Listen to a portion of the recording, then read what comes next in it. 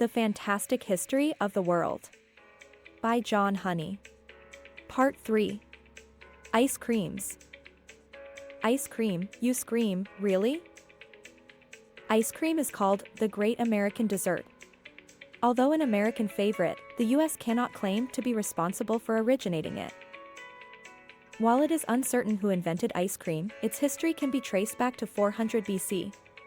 When Alexander the Great had snow brought down from higher elevations and put in specially dug trenches so he could enjoy frozen fruit punches.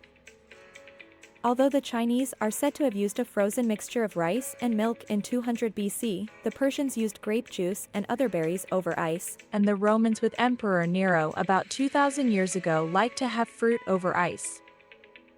The Moors first used milk and sugar to produce ice cream. They also included dried fruits, nuts, and yogurt. Rose water was used to give it flavor. It was the influence of the Moors in Sicily and the Chinese in Venice. It is said that Marco Polo brought ice cream back from China.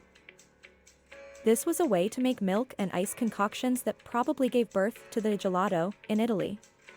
It took some time for Italians to perfect it, but they made it into an art that carries to this day. With those two influences fusing into one country gelato, it evolved to where it became a delicacy favored by the courts of Italy. It took many years for the Italians to develop gelato to its present form. It went through many evolutions. It is said that Catherine de' Medici brought the most exotic and exquisite gelato flavors to be served at her reception when she married King Henry II. Is that where the gelato legend begins? Who knows, because it quickly spread throughout France and later to England until finally it reached America, where ice cream was developed. As opposed to the Italian version of gelato, ice cream became a commercial success in America when it was first advertised in the New York Gazette in New York in 1777. The difference is that gelato is made with more milk than cream. Those were the origins of the American ice cream industry.